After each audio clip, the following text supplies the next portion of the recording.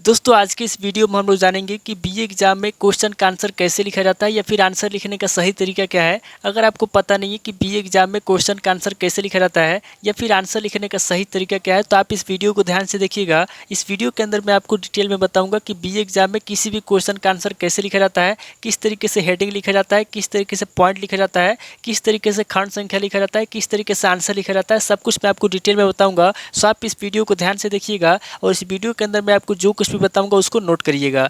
तो ये बिना किसी देरी के हम लोग शुरू करते हैं और जानते हैं कि बीए एग्जाम में क्वेश्चन का आंसर लिखने का सही तरीका क्या है।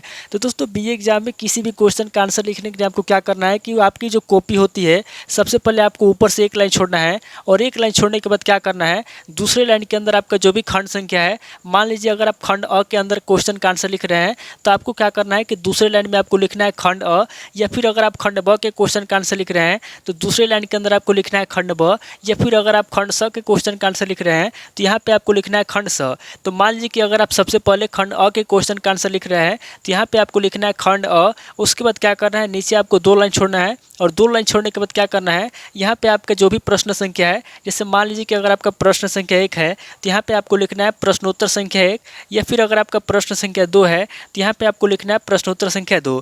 तो इस तरीके से आपको क्या करना है कि सबसे पहले तो आपको ऊपर से एक लाइन छोड़ना है, उसके बाद एक लाइन छोड़ने के बाद यहाँ पे आपको खंड संख्या लिखना है और खंड संख्या लिखने के बाद क्या करना है, यहाँ पे नीचे आपको दो लाइन छोड़ना है और दो लाइन छोड़ने के बाद यहाँ पे आपको प्रश्नोत्तर संख्या लिखना है। प्रश्नोत्तर संख्या लिखने के बाद क्या करना है, यहाँ पे नीचे आपको 3 लाइन छोड़ना है और 3 लाइन छोड़ने के बाद क्या करना है, यहाँ पे जो भी आपका प्रश्नोत्तर संख्या है उसका यहाँ पे आंसर लिखना है। और एक बात आपको याद रखना है कि जो भी आपका खंड संख्या रहेगा या फिर जो भी आपका प्रश्नोत्तर संख्या रहेगा या फिर जो भी आपका हेडिंग रहेगा, तीनों आपको ब्लैक पेन से लिखना है और इसके अंदर जो आपका आंसर रहेगा, आंसर आपको ब्लू पेन से लिखना है। यानी कि हेडिंग जो रहेगा, हेडिंग आपका ब्लैक पेन से रहेगा, उसके बाद से प्रश्न संख्या भी ब्लैक पेन से रहेगा और जो आपका खंड संख्या है, खंड संख्या भी आपका ब्लैक पेन से रहेगा। बाकी आपका जो भी आंसर रहेगा, आंसर आपको ब्लू पेन से लिखना है और बाकी आपको ब्लैक पेन से लिखना है। इस बात को आपको याद रखना है। तो यहाँ पे आप देख सकते हैं कि प्रश्नोत्तर संख्या 1 लिखा गया है और यहाँ पे प्रश्नोत्तर संख्या 1 का आंसर लिखा गया है। अब यहाँ पे आंसर आपको कैसे लिखना है उसको समझिए। तो यहाँ पे आप देख सकते हैं कि यहाँ पे पहला हेडिंग लिखा गया है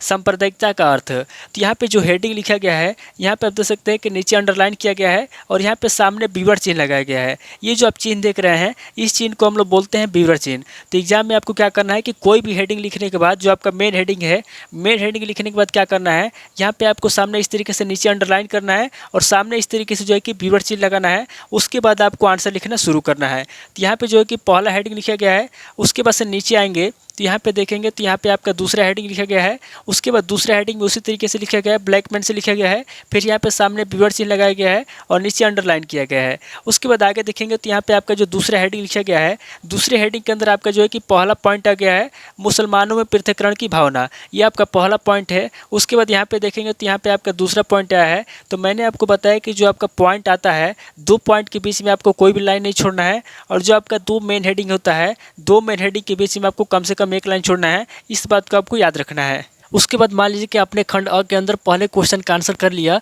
अब आपको दूसरे क्वेश्चन का आंसर करना है। तो उसके लिए आपको क्या करना होगा, उसके लिए आपको ये करना है कि जैसे ही आपके पहले क्वेश्चन का आंसर खत्म होता है, जैसे मान लीजिए कि आपने खंड अ के अंदर पहले क्वेश्चन का आंसर कर लिया, यानी कि आपने प्रश्नोत्तर संख्या 1 का आंसर लिख लिया। तो जैसे आपने प्रश्नोत्तर संख्या 1 का आंसर लिखा, उसके बाद क्या करना है, आगे आपको दूसरे पेज पे यहाँ पे आपको जैसे ही जगह बचता है, यहाँ पे आपको नीचे प्रश्नोत्तर संख्या 2 लिखना है और प्रश्नोत्तर संख्या 2 लिखने के बाद यहाँ से आपको दूसरे क्वेश्चन का आंसर लिखना शुरू करना है। तो एग्जाम में आपको बिल्कुल इसी तरीके से लिखना है। किसी भी क्वेश्चन का आंसर लिखने के लिए क्या करना है कि यहाँ पे आपको ऊपर से एक लाइन छोड़ना है। उसके बाद ऊपर से एक लाइन छोड़ने के बाद क्या करना है, यहाँ पे आपको दूसरे लाइन में खंड संख्या लिखना है, या फिर अगर आपने खंड संख्या पहले लिख लिया है, अब आप क्वेश्चन का आंसर लिखना चाहते हैं तो आपको क्या करना है, यहाँ पे आपको प्रश्नोत्तर संख्या लिखना है, जो भी आपका प्रश्नोत्तर संख्या है। उसके बाद प्रश्नोत्तर संख्या लिखने के बाद क्या करना है, यहाँ पे आपको प्रश्न का आंसर लिखना शुरू कर देना है। तो एग्जाम में याद रखना है, किसी भी क्वेश्चन का आंसर लिखने के लिए आपको क्या करना है कि सबसे पहले खंड संख्या लिखना है, उसके बाद खंड संख्या के अंदर जिस भी क्वेश्चन का आंसर आप लिखना चाहते हैं उस क्वेश्चन का आंसर लिखना है और इस तरीके से आपको हेडिंग लिखना है। आपको इस तरीके से बीवर चिन्ह का इस्तेमाल करना है, ब्लैक पेन से हेडिंग लिखना है, प्रश्नोत्तर संख्या भी ब्लैक पेन से लिखना है और खंड संख्या भी आपको ब्लैक पेन से लिखना है। तो दोस्तों उम्मीद करता हूँ कि इस वीडियो से आपको बहुत कुछ सीखने को मिला होगा। अगर आपको वीडियो अच्छा लगा तो वीडियो को लाइक कीजिए, शेयर कीजिए और अगर आप चैनल पर नए हैं तो चैनल को सब्सक्राइब कीजिए। थैंक यू दोस्तों।